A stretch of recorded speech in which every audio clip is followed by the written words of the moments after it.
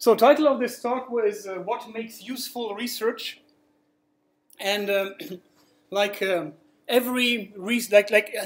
and every research talk, I'd like to start with an initial idea. Suppose this is you, okay? I've deliberately chosen a shape that would fit, well, at most of the audience in the room. And in the beginning of each research career, each academic career, stands the conception of some idea, of an idea that would be so cool, so convincing, so possibly useful that you'd like to bet your career on it. And of course, your initial idea that is yours and yours alone is an idea that you want to rock the world. Why else would you devote your life to an academic career if it is not for your life to make sense, that is for your life to actually change something? Or to paraphrase Steve Jobs, you want to put a dent in the universe. You want to change a tiny little fraction of the universe. It can be super tiny, obviously, if it's in the universe, but it's yours. This stands at the beginning of every successful researcher career. And now that you have this cool idea, you do your research on it, and then you go and, you stand in a room very much like this one, initially smaller rooms, later larger rooms, and you tell your idea, and you present your idea and what you did out of it to a set of people. Very much like, well, I guess that most of you will have some presentation during this very big conference or at some of the workshops, so you know what this feels like, and you've been there, you've been through that on your way to become faculty. Now, we have such at my place, of course, we also have such talks very frequently. And most interesting are the talks when people come along in order to be judged. That is, when they apply for a position. And you may end up with people sitting in there. This is Günther Hotz. He's the founder of Saarbrücken Computer Science. This is the place where I come from. He's also one of the founders of German computer science, and he also was at some point responsible for producing more than half of all German professors in computer science. And so once during these talks, where young fellows like you would apply for a position, I asked him, Dr. Hotz, I don't say Günther or something. I say Dr. Hotz. Okay? He's floating somewhere up there in the air. Okay? This is important. I'm not sure whether anyone in Germany can say Günther to him except his wife. Okay? So I say, Dr. Hotz, what is it actually that you use? What is it actually that is important for you as it comes to judge a candidate and his work? And he said, well, that's simple. It's 3 questions. The first question is, was it hard? Is it something, what you present, is it something that requires an enormous amount of intellectual capacity, possibly an enormous amount of training? Or is this something that, his words, anyone on the street could have come up with? That's the first question.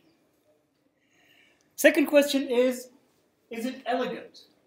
Is this something that solves a problem here and now, ad hoc, and only this problem? Or is this something which can be reused again and again to solve plenty of similar problems? And the third metric is it useful? That is, can anyone use it to reach his goals, to make money, or likewise? he also added that this useful metric is a rather recent addition to the whole thing, which tells you a bit about how classical academia works. Because being real hard, doing something that's real hard and doing something that's elegant would easily trump anything that would be useful. Useful is, well, secondary or tertiary. Well, in the last years it has almost gotten on par with the other two metrics. Let's go and look into these a bit more in detail. Was it hard? That's not so much a question about your research. This is more a question about you and the expectations that others have, and the expectations that others have put onto you. Why does society have researchers? Simple answer. There is a need in society to systematically gather knowledge, which is good. In our case, knowledge about software, which is also good. So you are the latest representatives of that long-standing tradition of accumulating and managing knowledge. And of course, software, and of course, society also expects you to contribute to a better world. In our case, software engineering. We want better software at lower cost. Possibly we want the same software at lower cost or better software at the same cost, but better software at lower cost is probably the best. This is what society expects of you as researchers, and this is why you're here. Universities have different objectives. Not sure whether universities are there to make worlds a better place. In my view, universities are, the main aim of universities is to remain universities. That is, as any organization in the world, the organization does everything it can in order to keep itself alive and grow. And the growth for universities means more students, more money, more reputation, more anything. Okay? Good, because more university is better than less university, and therefore university tries to get you in order to grow in the struggle for any resource. Then there's also your peers.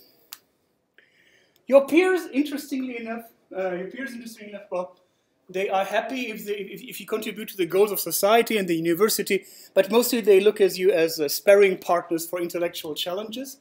So think of them as chess players who are looking for somebody who can finally look for a new challenge, possibly work with them, possibly discuss with them. That's the main aim. So in a way, peers are super focused on whatever is brain and don't care about anything else, which is very much like academia should work, because that's our major strength. And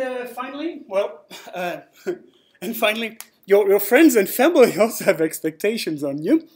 Your friends and family first want that you do not devote your time entirely to research and university and society, but of course they want quality time from you, and not to be neglected, your family also wants to bring in, your family also probably prefers if you are able to bring in money rather than spending money on the family. Okay, you probably already had talks about how to reconciliate all these various demands. So I'm not going to go deeper into this, but all of these expectations, of course, have to be met, and you are here at the center of things, and you will be judged by how well you can contribute to all these different goals, including friends and family. That's true too. If you are classical, we are hiring somebody, we're hiring two persons, and here's one person who has, who has done these scientific contributions, another person who's done very different scientific contributions. However, there's one person at the same time also raised 3 children single-handedly. Oh yeah, the award goes to the person who also raised 3 children at the same time, because very obviously he's a person who is able to manage several different expectations at the same time. Not sure whether we ever ask anyone how much money he or she brings home, but that's another metric for another domain. The other two questions are more about your research work itself. I'm going to skip elegance for a moment, and we're immediately going to, is it useful? Is it useful is also the question for software engineering. Because in software engineering, you can do stuff that is not hard, that is non-elegant, but if it's not useful, you lose. So this is the primary condition. Not only this is not a single condition, but if something is not useful, you're not going to win, at least not in software engineering. Sure, in theory, that's different. And this is not so much where you are judged, but this is where your idea will be judged. And again, we have different target groups of the impact that could be impacted by your idea. Let's start with developers. Developers are overloaded, are typically involved into very concrete projects with very concrete problems, and thus judge your ideas whether it helps them here and now.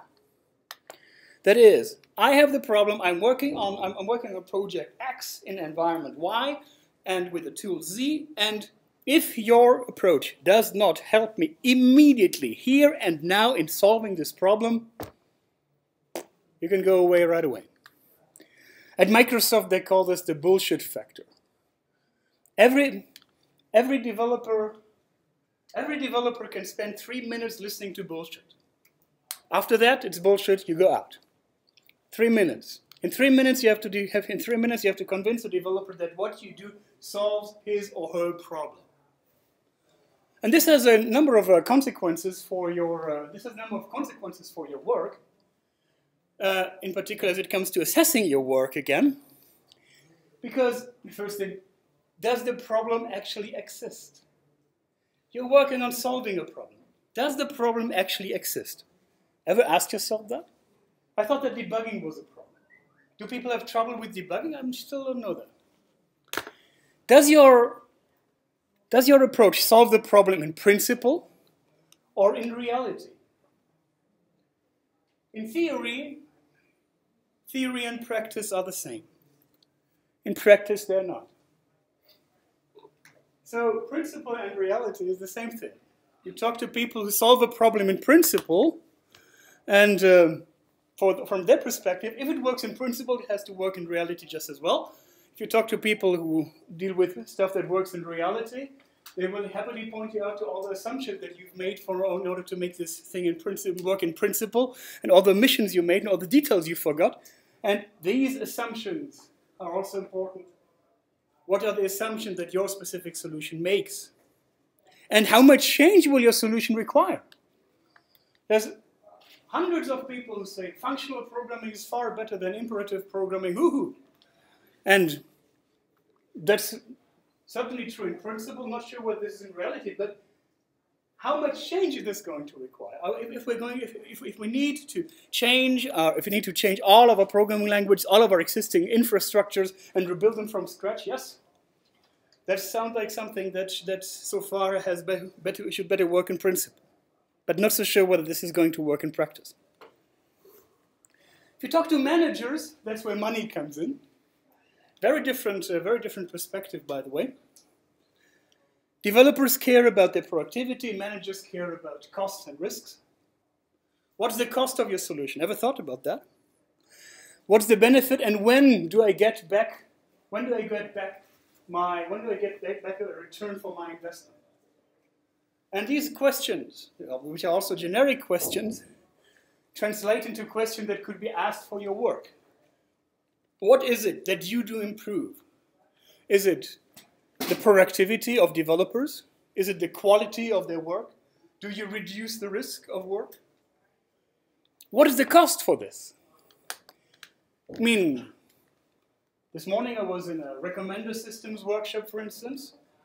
You can build very nice recommendation systems. You work on something, and here's a recommender that tells you, don't do this other thing. That's fine. But if you have a screen and your screen state is limited, well, you cannot fill it with hundreds and hundreds of such recommenders who will occasionally also give you recommendations that are in conflict with each other, and there's going to be false recommendations on top of that, which induce cost. How do you measure all this? Do the results that you come up, do they generalize? Under which conditions are they actually applicable? And are there simpler alternatives? You have an approach that comes up with, I apply this super duper symbolic testing technique in order to figure out whether this simple function provides this value for this concrete input. This sounds like something that could also be done through testing. And then you don't have to come up with if there's a much simpler solution available, then you have to motivate why you're looking for something more complex. If it's not just l'art pour l'art that is doing something complicated because it's fun this way. It is fun, of course it's fun. But for a manager who talks about cost, it's not. You may also do research for your peers. Your peers, when you produce a tool, ask you whether you can get the tool for free. And after you send it to them for free, they're going to ask for support, and they're going to ask you more questions, where to send the bug reports and all. Other than that, yeah, peers can be useful, but these are not the primary targets of your research in general. And there's also end users. End users are interesting because as soon as end users beyond developers, that is, because end users will ask plenty of questions about usability and raise the question of how does this actually work. I'm still waiting for a book which I named Formal Methods for Dummies. There's this nice series, something for dummies, plumbing for dummies, or programming for dummies, and all that. The reference for the rest of us. I'm always waiting for the book Formal Methods for Dummies. Formal methods that everybody understands. Doesn't exist. Why? Well, I don't know. Nobody ever tried, or nobody wants to know what the result of such an experiment would be. Not sure about that. But if you think about end users, these are the questions you'd like to answer. And all of this, in general, who will be impacted by your work and how much and under which conditions, from the context of this question, is it useful? The interesting thing, of course, is you don't have to answer that question. You can also put a maximum distance between you and the question of whether what you do is useful. This is what you do when you work in theory, where you never have to answer such questions, and it can be very comfortable out there. But of course, you're not going to get much respect from developers, managers, and users. The last question, the third question is it elegant? And this is a question about the long-term impact of your work. Is your idea, is this an ad hoc solution for a concrete problem? How I solve the testing problem at company X? Or is that an abstract principle which I can use again and again and again, possibly in many contexts? Abstract principles tend to get rid of details, but these details may actually influence whether your technique works or not. And therefore, abstract principles typically make way more assumptions than an ad hoc solution. Ad hoc solution simply claims to work in the concrete context, which is not many assumptions. It's also the question of whether you go for a reform of things, whether you simply take things for granted that already are there, or whether you assume that there is a general revolution. Here again, we can come up with an ad hoc solution, changes something on the fly, it's a reform, it's fine. But an elegant thing, if an elegant thing can call off a revolution, that's good. However, this revolution also needs to be adopted, the principle needs to be adopted, So we're also talking about long-term impact here, in contrast to short-term impact where you solve your concrete problem. And this finally also determines the number of people who would be impacted. Small number of people for reform, for a concrete ad hoc solution. A large number of people for a long-term solution, but this also involves the appropriate likelihoods. It's far easier to impact something at hand rather than to impact a large number of people. And since all of these questions and all of these questions so far have been somewhat abstract, let me try to illustrate them on a few more concrete examples. These are real papers with, in which I changed the titles slightly in order to show off how these papers reflect work that is either not hard or not elegant or not useful. And they're all real. Here's my first one, coming right off a batch of papers to review. Tests not effective on uncovered code. If your code is not covered by a test, then the test will not be able to find bugs. Yes. If you don't execute a piece of code, then any fault in the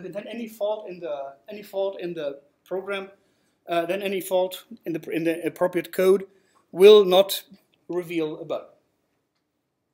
That's pretty obvious, you might think. But indeed, there's people who write entire studies about that. It's actually the way is the other way around. The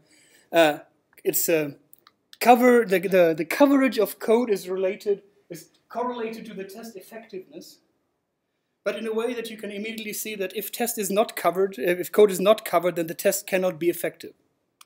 And this is this is real work. And no, it's not particularly hard to think about something like that. The message that comes across also is not very useful. There's papers like this one. Better debugging through overfitting. There's a branch in debugging research that calls itself statistical debugging, invented by Ben Liblet and others.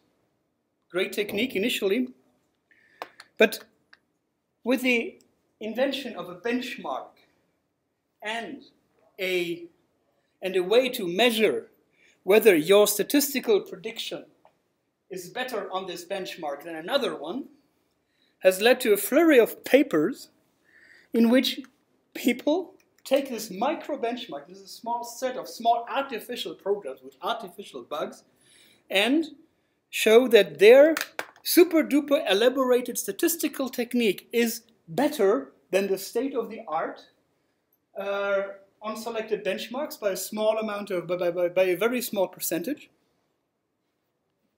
And this works because it's better. This works because it's better, although, of course, you might think that this is just statistical overfitting. You just try to adapt your statistical prediction technique to the benchmark in question until it produces the desired result. Because you can even do such things automatically in a field that some papers are exactly produced this way. Here's another one. Predicting bugs from file size. The larger a file, the more bugs it has. That's almost universal. If I take all of the Windows source files and combine them into a big file, then the big file is going to have at least as many bugs as all the individual files combined. Yep. This is not even papers that have been submitted. There's papers which have been published which say exactly that. The larger a file, the more bugs it has. I'll speak to you in private, I guess. And there's also variations of that. The more semicolons a file has, the more bugs it has. Or the more vowels there are in a file, the more bugs it has. You see how this works, okay? And lo and behold, there's papers that say, actually, the number of semicolons is a better predictor than the number of vowels. The number of carriage returns is all probably even better. Well, if it's MS-DOS, that is. Otherwise, there's no carriage returns, there's just new line characters in the file. Yes, this is stuff that happens, and yeah, things like this happen. You are a researcher who works in you are a researcher who works in automated theorem proving. You have an automatic theorem prover. You want to apply this automatic theorem prover. People say, well, you always take these little programs, why don't you do something useful with it? And now all of a sudden you can show, well, it works on Android. That's great. That's wonderful. There's a little footnote in there somewhere which excludes the programs on which it works. So if your program has no pointers, no parallelism, no loops, no recursion, then it works. Because this way you actually avoid the halting problem. And no halting problem, yes, you can prove everything automatically. Isn't that great? The question might arise whether there are Android programs that have loops. I'm not sure whether anyone ever investigated that. That's something for another empirical investigation, saying there's coming up with something, 99.9% of Android programs do have a loop somewhere. But you see the point. Final thing, code completion for aspects. Aspect-oriented programming, I think the latest proposition on how to make how to improve our techniques in imperative programming, or how to improve modularity of existing programs. But lo and behold, nobody has thought so far for aspect-oriented programs how to build a code completion tool for it. Nor has anyone thought at this point how to build, say, a mutation testing tool for aspect-oriented programs, or, say, a syntax highlighting for aspect-oriented programming. And the reason why nobody has thought about this before is that there are no aspect-oriented programs. Or, well, there are some. There are some written by researchers for investigations of aspect-oriented programs, but there's never been a critical mass of aspect-oriented programs to actually capture the wide world, and therefore, well, you can still apply a technique on another technique. And you wonder, so some of these papers have been published. Some of these, hopefully, or fortunately, are rejected by reviewers beforehand. So if you are at this conference and you wonder about papers like these being accepted, or papers that sometimes look sometimes like these, you should see all the papers that have not been accepted before. That's an experience that some of you will soon have once you serve in a program committee, and then you all of a sudden realize how the selection of such a program comes to be. But the question is, if these papers, I mean, they're neither hard, nor elegant, nor useful. So why do people write such things in the first place? And the reason is simple. Because they published something. They published something, they cranked a paper out. I have a paper, I'm a researcher. And if it's easy to write such a paper, and even if it's obvious or if it's straightforward, yes, but I published something. And why do I publish something? Why do I publish something? Do I publish something? Do I publish something to stand in front of an audience and to talk about my cool new idea that will rock the world? This is not rocking the world. No, this is simply for Beancounting. Because we, as researchers, are being judged by people in administrative jobs who have little to no competence in the field, and who are working on jobs which require no such expertise at all, but who can easily count how many papers an individual has produced over the year, and this makes metrics easy to measure, easy to compare. But whether your work is something that actually makes sense, that was hard, that was useful, that was elegant, no, this would not be reflected in that. And therefore, we always have an incentive to come up with further papers like this. And our reviewing process, which we also have at conferences like these, generally the conference reviewing process in computer science, is also pretty much flawed.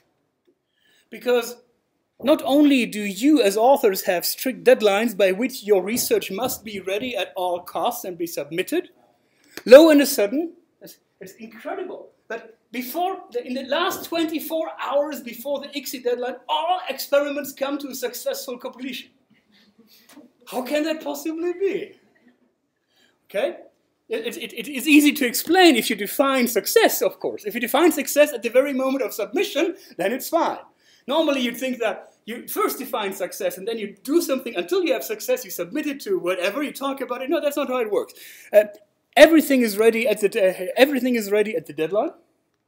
But then the reviewers also have a deadline.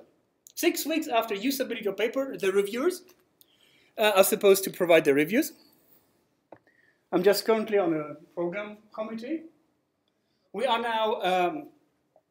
now 4 days before the deadline. And last time I checked, about half of the reviews are in.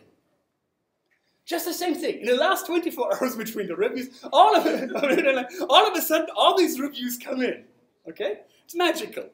It's great if you're a PC chair, because you always spend worrying, oh God, what am I going to do? There's no papers coming. And then the papers coming. And then you, oh my God, my reviewers all suck. Nobody does anything. No, they all come in. Okay? But now think about the way that you have worked in the last 24 hours before the deadline, like crazy, trying to get this done. This is exactly the same thing that reviewers do. And if a reviewer now, on the last day before the review, and before the review deadline, finds this paper, which is,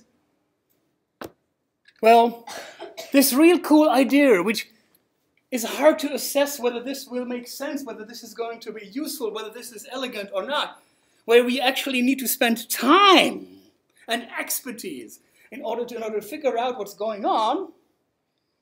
Yeah, but you have 5 more papers and it's almost midnight already. You can easily figure out what's going to happen. And this is why papers in known context, incremental papers, and papers that are easy to read, well, in the long term have much better chances.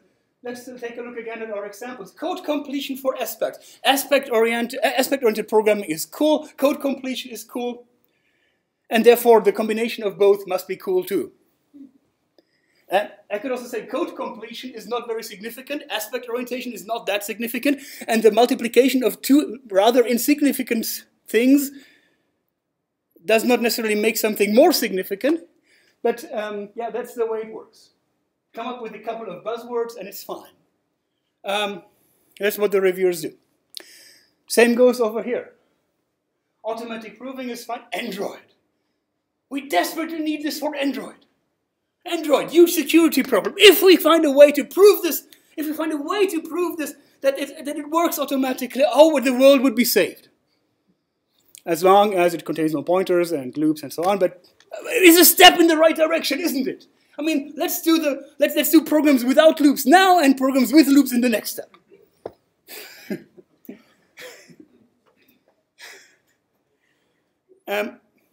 These were the precise words I had during a review meeting. Loops, we can postpone this for later. Predicting bugs from file size. This is the best predictor ever. Predicts bugs better than anything you have. Predicts bugs better than expertise. Predicts bugs better than past completion. If you have 2 files and you combine these 2, it's going to be even better. How can you possibly not accept this? Better debugging through overfitting. Reviewer sees, oh, yet another debugging paper. Oh yes, it's 1.2% better than the state of the art. It's on this simple benchmark. Not sure. There have been user studies that show that statistical debugging, at least as it is being done these days, by producing a list of ranked list of locations, is the last thing that developers want. But it's better. And this user acceptance problem, or probably something we can fix through better fonts or better user interfaces, I don't know. And tests not effective on uncovered code? Well, if you haven't thought about coverage being a prerequisite for testing being effective, and the fact that A implies B actually always means that there must be a correlation between A and B, well, yeah, sure, can get through, no problem. What I'm saying is that with a bit of luck, you can lead a perfect life with a home, with your beloved ones, occasional travel to exotic locations, and be perfectly happy with it. You can have a dog, great vacations, everything. And maybe you're a great teacher, you can write books, maybe you have more impact with your students and just your university that forces you to write a paper once in a while, all set. But initially, you remember, this is how we all started. This is what you came to do in the first place. You came to do something to change the world. You came to do something that would allow it to actually impact the life of many, to improve the life of many, and it would be attached to you. And the thing is that, and this is important to know, when you talk to your peers, when you present your work to your peers, and when you get judged by your peers are going to talk about your work, and they're not going to talk about how many talks you were able to give in a week. They're also not going to talk about how many audience there was in the room. They're going to talk about how cool is this idea. They're going to talk about how hard is this, how useful it is, how elegant is this.